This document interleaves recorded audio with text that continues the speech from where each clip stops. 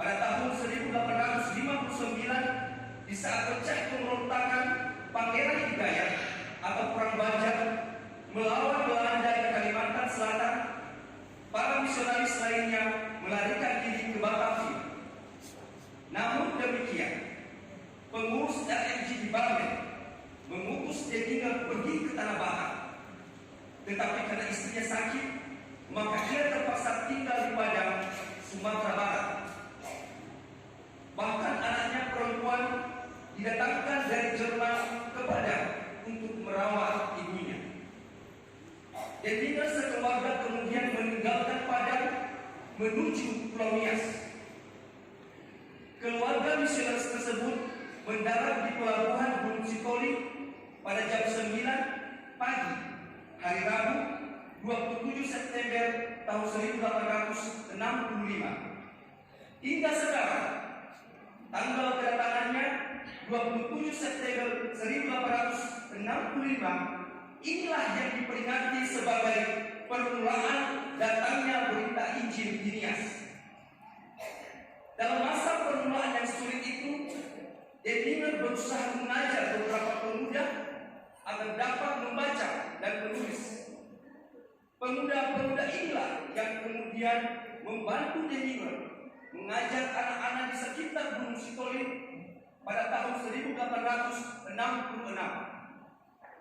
Sementara itu, Dedinger menyelesaikan terjemahan Injil Yohanes dan Injil Lukas ke dalam bahasa Nias.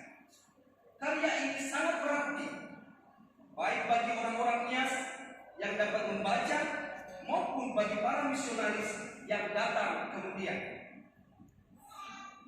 7 tahun kemudian, di tahun 1872, datanglah misionaris kedua dari RMJ, yaitu Pendeta J.W. Thomas.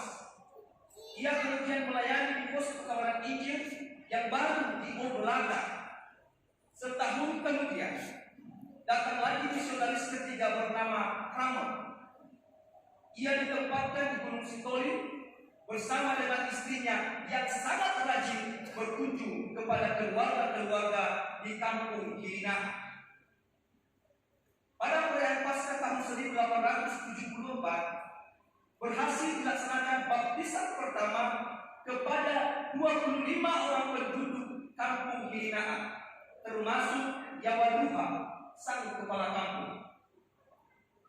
Hasil pekabaran Injil berikutnya adalah pembaptisan 6 orang penduduk Obolata, tempat Pendeta J. Thomas melayani, dan pada tahun 1876 menyusul lagi pembaptisan 32 orang penduduk Faitu, kurang lebih 2 km dari Obolata. Pada tahun 1876 itu pula berdirilah gereja pertama di Nias, yaitu di Obolata, dan tahun 1880 disusul gereja kedua di Faitu. Misionaris keempat, seorang doktor teologi bernama Dr. W.H. Suderman, tiba di Nias tahun 1876, yang kemudian membuka pos pekabaran Injil di Dahana. Di sana ia berhadapan dengan masyarakat di mana ritual penyembahan berhala begitu kuat. Sebab itu, ia beralih ke bidang pendidikan dengan menghimpun dan mengajar para pemuda setempat. Usaha inilah yang merupakan cikal bakal sekolah guru di Nias. Pada tahun 1896, ia berpindah ke dan membuka pos pekabaran Injil di Lelemuan. Di sini Suderman berhasil menerjemahkan Alkitab ke dalam bahasa Nias beserta Katekismus Luther yang kemudian disebut Lala Baptisti. Pada tahun 1881 datang lagi misionaris kelima bernama J.A. Fehr yang menggantikan pelayanan J.W. Thomas di Obolata. Thomas kemudian pergi untuk membuka pos pekabaran Injil di Sampa. Dalam 25 tahun masa awal pekabaran Injil ini, 5 orang misionaris dari RMJ Jerman telah bekerja di Nias. namun usaha pengabaran Injil menghadapi banyak tantangan. Beberapa kendala adalah pengaruh kepercayaan suku yang sangat kuat, gangguan keamanan, wabah penyakit, dan keadaan geografi. Daerah yang dicapai hanya di sekitar Gunung Sitoli saja, dengan 3 pos pengabaran Injil yaitu Gunung Sitoli, Omelada, dan Dahana. Demikian, dalam periode 25 tahun ini telah berhasil dibaptis sebanyak 699 orang, yaitu 148 orang di Gunung Sitoli, 348 orang di Omelada, dan 203 orang di Dahana.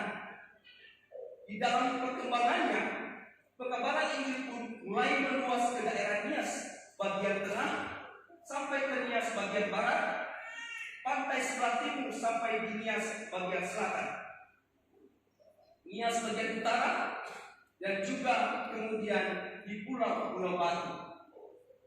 Ada satu kejadian istimewa yang terjadi tahun 1916 di Pulau Nias.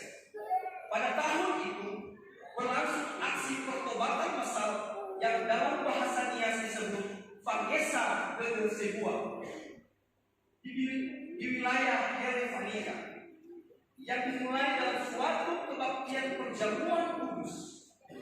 Aksi tersebut kemudian menjadi suatu gerakan yang dalam jangka waktu 2-3 bulan berkembang ke seluruh Nias daratan, dan karenanya kekristenan berkembang dengan pesat. Kasih Allah telah membawa enigma dan rekan-rekan yang bersyukur membuat keputusan besar untuk meninggalkan kenyamanan negaranya dan pergi ke negeri antah berantah, sehingga mereka sampai di Pulau Nias. Tantangan yang beraneka tidak mengendorkan semangat berbagi kasih, meski dengan tebusan nyawa. Kabar keselamatan dari Yesus Kristus Sang Penebus telah mereka sampaikan. Kita semua yang menjadi